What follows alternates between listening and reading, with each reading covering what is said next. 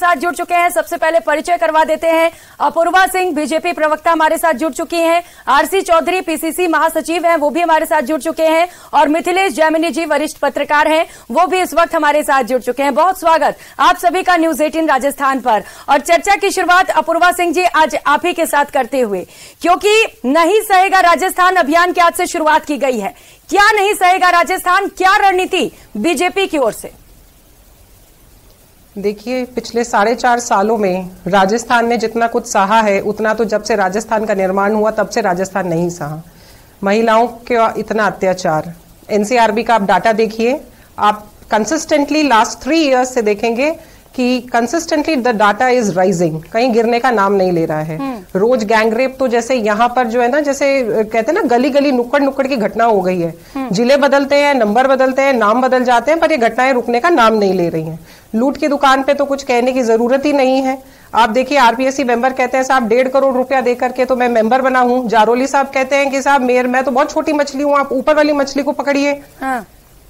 तो जो भ्रष्टाचार के अंदर ये सरकार जो है वो आकंठ रूप से जो है वो डूबी हुई है, पहली चीज। दूसरी चीज, महिलाओं का जो सम्मान है वो तो आप देख ही रहे हैं, रोज गैंगरेप्स हो रहे हैं। तीसरी चीज, पेपर लीक, 19 पेपर लीक। आप सोचिए, क्या ये युवाओं के भविष्य के साथ खिलवाड़ नहीं है? 19 पेपर लीक होना, और पेपर लीक में केवल मुख्यमंत्री महोदय और पुलिस के अलावा तमाम और आवाम राजस्थान की को ये पता है कि पेपर लीक किसने कराया था और क्यों हुआ था, मगर इन लोगों की तरफ से कोई कार्रवाई नहीं की गई।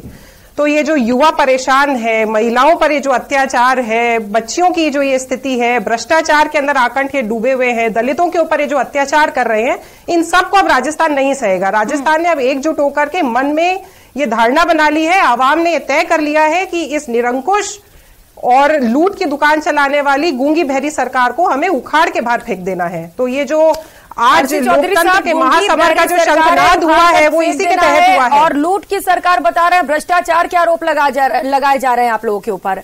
अब नहीं सहेगा राजस्थान को कांग्रेस कैसे सहेगी?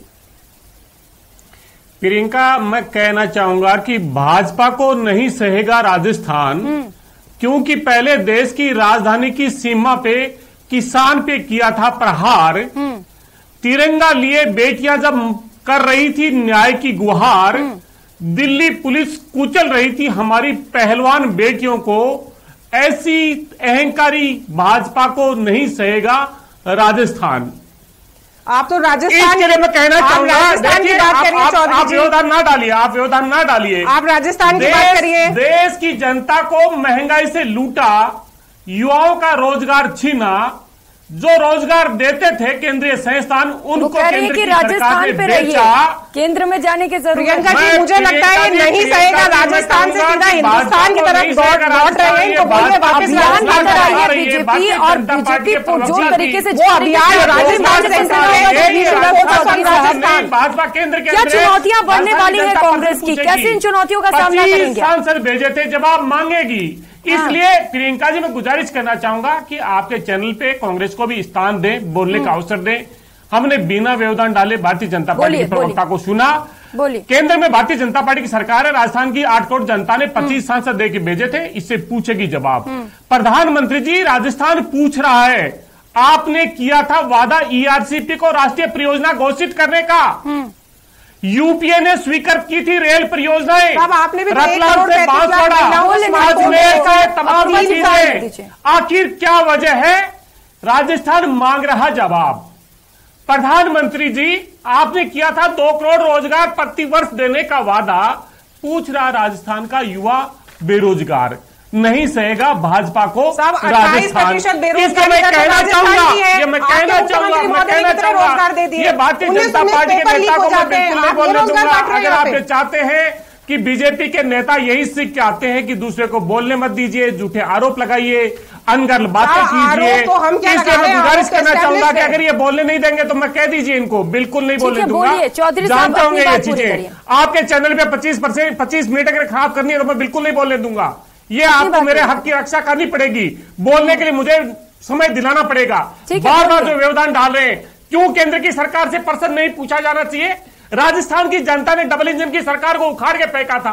25 सांसद ये थे जो मेरे अगर आरोप निराधार हैं, तथ्यहीन है, तो प्रियंका जी आप राजस्थान की जनता को बताइए, क्योंकि आपके दर्शक हैं, वो भरोसा करेंगे आप पे। लेकिन ये करें, बात करें भ्रष्टाचार की।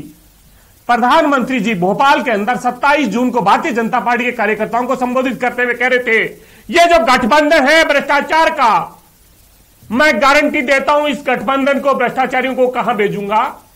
71,000 करोड़ का आरोप लगाया था एनसीपी पे।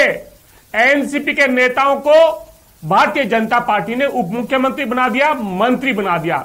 हेमंता बिश्वा शर्मा, जिसपे शारदा चिटफंड घोटाले का आरोप था, बहुत से घोटालों के आरोप थे, कह रहे थे भेजेंगे जेल में, और आसाम का मुख्यमंत्री बना दिया। इसलिए भारतीय जनता पार्टी की लड़ाई भ्रष्टाचार से नहीं, भारतीय जनता पार्टी की लड़ाई उस आवाज से है जो जनता की आवाज को मुखर करना चाहता है, जो केंद्र की सरकार को बेचैन करता है, जो केंद्र की सरकार से महंगाई पे, बेरोजगारी पे, आर्थिक असमानता पे और नफरती माहौल पे जो जवाब मांग रहे हैं, उससे भारतीय जनता पार्टी विचलित है। लेकिन राजस्थान की जनता भाजपा को नहीं सहेगी, ये राजस्थान का संकल्प हो गया। रिफाइनरी थी, डबल इंजन की सरकार थी, शिलान्यास यूपीए के शासन में हुआ, प्रधानमंत्री जी फोटो खिंचवाने के लिए दोबारा उसका शिलान्यास कर दिया।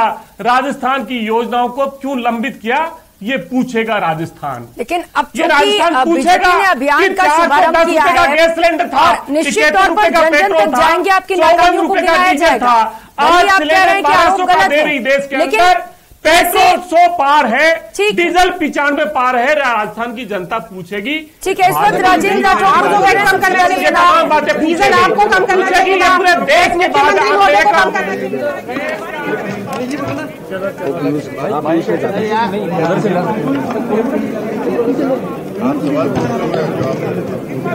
आज ऑल पार्टी मीटिंग